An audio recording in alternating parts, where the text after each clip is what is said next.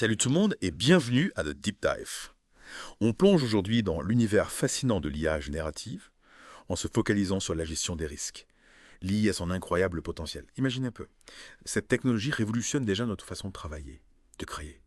Et franchement, on fait effleurer la surface des possibilités.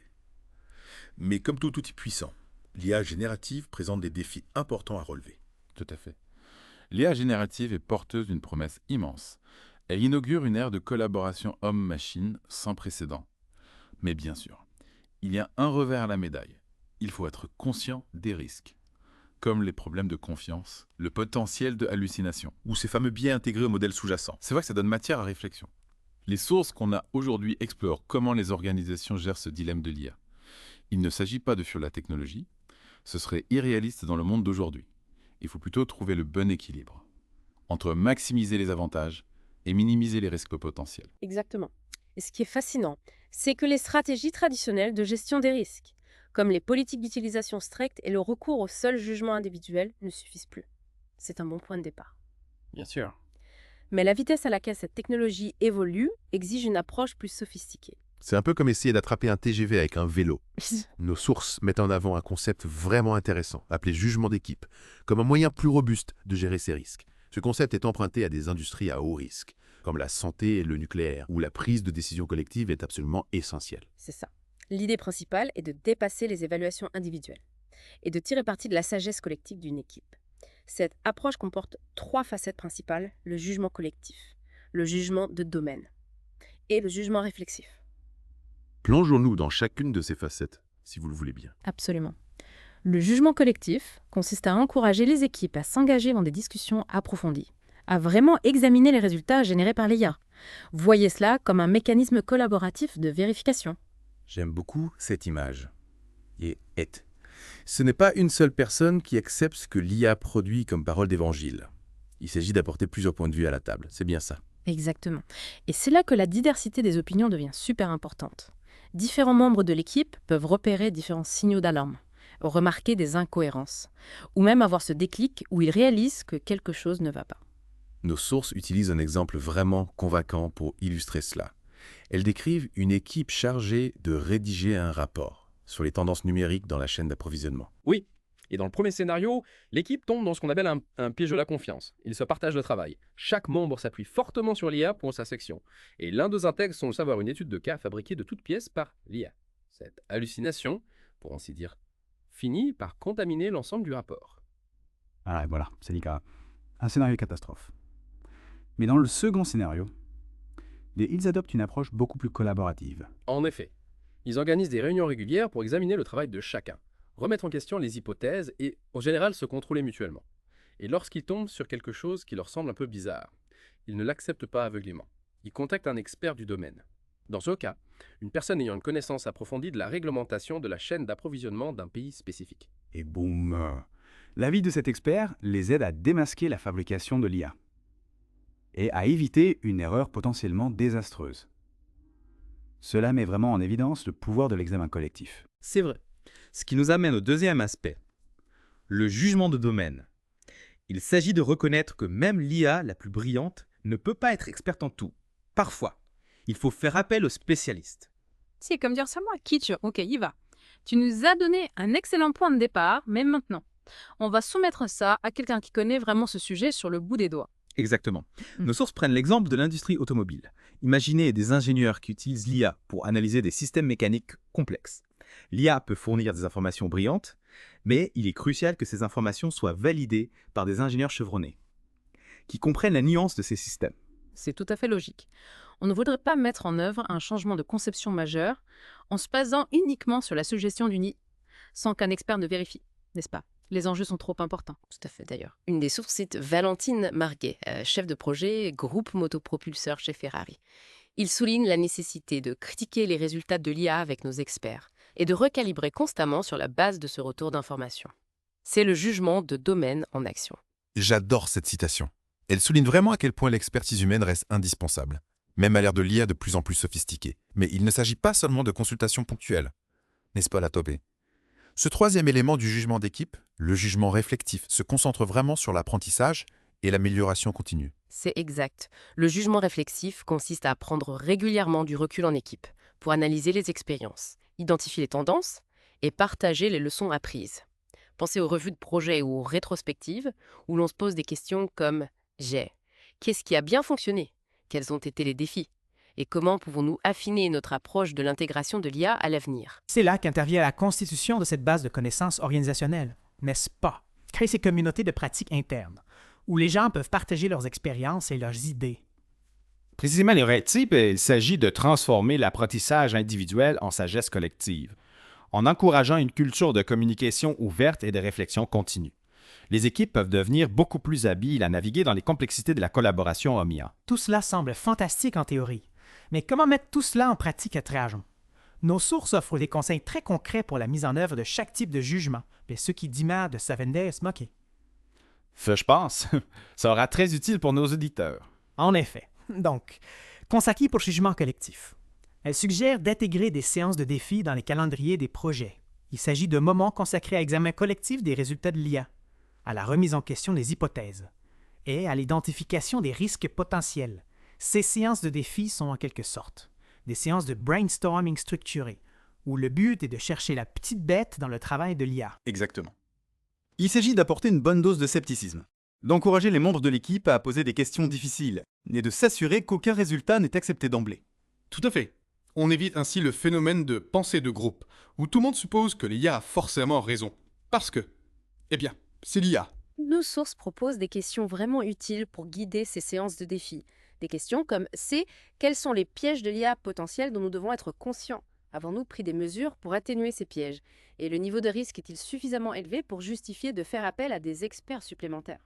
Ce sont d'excellentes questions. En s'engageant dans ce type d'évaluation proactive des risques, les équipes peuvent réduire considérablement la probabilité d'être victimes d'hallucinations ou de biais de l'IA. D'ailleurs, pour illustrer ce concept d'hallucination, imaginez que l'IA présente avec assurance une statistique qui semble plausible, mais qui est totalement inventée. C'est ça, une hallucination de l'IA. Et cela peut entraîner de gros problèmes si on ne la détecte pas. Tout à fait d'accord. Passons maintenant au jugement de domaine. Nos sources insistent sur l'importance de savoir quand faire appel à une expertise humaine spécialisée. Mais comment s'assurer que cela se fasse de manière pratique et rationalisée? L'une des principales recommandations est de développer ce qu'ils appellent des cartes d'experts. Celles-ci peuvent prendre diverses formes, allant de simples feuilles de calcul à des plateformes interactives en ligne. C'est donc comme créer un annuaire d'experts de référence pour différents domaines de connaissances. Exactement. C'est comme avoir un cerveau collectif, facilement accessible, que les équipes peuvent consulter lorsqu'elles ont besoin d'un avis qui dépasse leur propre expertise. Imaginez, par exemple, un outil d'IA dans le domaine de la santé, qui suggère un plan de traitement, qu'un médecin humain reconnaît immédiatement comme étant erroné en raison d'une allergie spécifique du patient, dont l'IA n'était pas au courant. Afin dans ces situations, qu'une carte d'expert peut s'avérer extrêmement utile. Je peux imaginer à quel point ces cartes d'experts peuvent être précieuses, surtout dans les grandes organisations, où il n'est pas toujours facile de savoir qui possède quelles connaissances spécialisées. Absolument. Et en plus des cartes d'experts, nos sources soulignent également l'importance des communautés de pratique en ligne. Ce sont des espaces virtuels où les personnes partageant des intérêts ou une expertise commune peuvent se connecter, échanger des idées et apprendre les unes des autres. Pensez à un forum en ligne où des spécialistes des données de différentes entreprises peuvent partager leurs expériences sur l'utilisation de l'IA pour la détection des fraudes. Ils échangent des conseils, s'avertissent mutuellement des pièges et deviennent collectivement plus intelligents. Il s'agit donc de créer ces réseaux informels, où les gens peuvent confronter leurs idées, partager les meilleures pratiques, et même signaler les problèmes potentiels qu'ils ont rencontrés en travaillant avec l'IA. Précisément. Et ces communautés peuvent être incroyablement dynamiques, en constante évolution au fur et à mesure que de nouvelles connaissances et expériences émergent. Parlons maintenant du troisième pilier, le jugement réflexif. Cela semble particulièrement important dans un domaine comme l'IA, où la technologie évolue si rapidement. C'est certain, et l'une des façons les plus simples, mais aussi les plus efficaces, de favoriser le jugement réflexif et d'intégrer des séances rétrospectives dans les flux de travail des projets. Il s'agit donc de prendre le temps de faire le point après un projet ou un sprint, et de se demander, qu'avons-nous appris? Qu'est-ce qui a bien fonctionné? Qu'aurions-nous pu faire différemment? Exactement. Ces rétrospectives ne doivent pas être longues ni trop formelles. Même une brève discussion ciblée peut apporter des informations précieuses.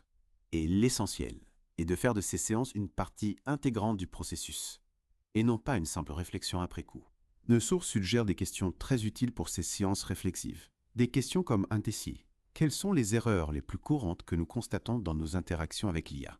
Comment les autres équipes relèvent-elles des défis similaires? Et comment intégrer ces leçons apprises dans nos futurs flux de travail d'IA? Ce sont toutes d'excellentes pistes de réflexion cohésif.